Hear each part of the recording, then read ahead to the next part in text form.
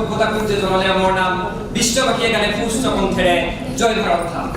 অসম বিষয়ে অধিকাৰী ৰাজনীতিৰ কথাৰে আজি তেওঁলোকে সম্ভাষণ জনাইছোঁ আৰু আশা কৰোঁ স্বাধীনতাৰ বছৰ পূৰ্ণ হোৱালৈকে এনেদৰে বিশ্ব দৰবাৰত ভাৰতৰ জয় গান শুনিবলৈ পাম নমস্কাৰ উপস্থিত সকল মৰাণ পৃথিৱীৰাজ চন্দ্ৰ কটন বিশ্ববিদ্যালয়ৰ প্ৰাৰ্থী ছাত্ৰ এখন বাজেট কেৱল মাত্ৰ এটা ফাইলৰ ভিতৰত কেইটামান সংখ্যাৰে লিখা থকা কেইখনমান পৃষ্ঠাই নহয় এই বাজেটখনে নিৰ্ধাৰণ কৰে যে এজন গাঁৱৰ দুখীয়া দৰিদ্ৰ ছাত্ৰৰ বাবে উচ্চ শিক্ষাৰ সপোন হৈ থাকিব যে এই বাজেটখনে তেওঁক এই সপোন পূৰণ কৰাৰ যোগ্য এজন মেধাৱী নিবনুৱাই চাকৰি বাবে হাবাথুৰি খাব লাগিব যে এই বাজেটখনৰ ফলত তেওঁ বেলেগৰ বাবে কৰ্মসংস্থাপনৰ বাট মুকলি কৰাৰ আশা কৰিব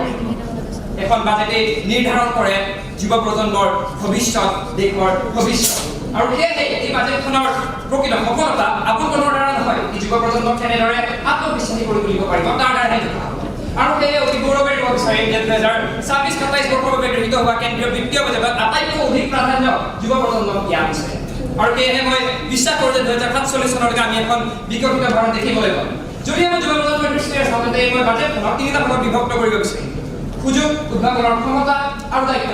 প্ৰথমতে যদি সুযোগৰ কথা কওঁ তেন্তে উল্লেখ কৰিব লাগিব যে এইবাৰ শিক্ষা খণ্ডৰ বাবে 1.3 লাখ কোটি টকা আবণ্টন কৰা হৈছে আৰু ইয়াৰ দ্বাৰা 50,000টা অটল টিংকাৰিং লেব স্থাপন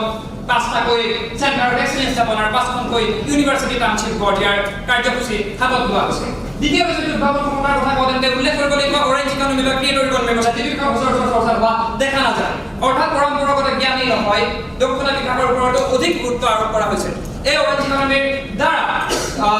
আৰ্টিফিচিয়েল ইন্টেলিজেন্স বা এনিমেশ্যন ভিজুৱেল ইফেক্টছ আদি বিষয়ক 15,000খন বিদ্যালয় আৰু 500খন মহাবিদ্যালয়ত প্ৰশিক্ষণ প্ৰদান কৰা হ'ব আৰু তৃতীয়তে যদি দায়িত্ববোধৰ কথা কওঁ তেন্তে নেলছন মেণ্ডেলাৰ কথা the youth of today I also have a wish to make be the scriptwriters of your destiny and feature yourself as the stars that show the path towards a brighter future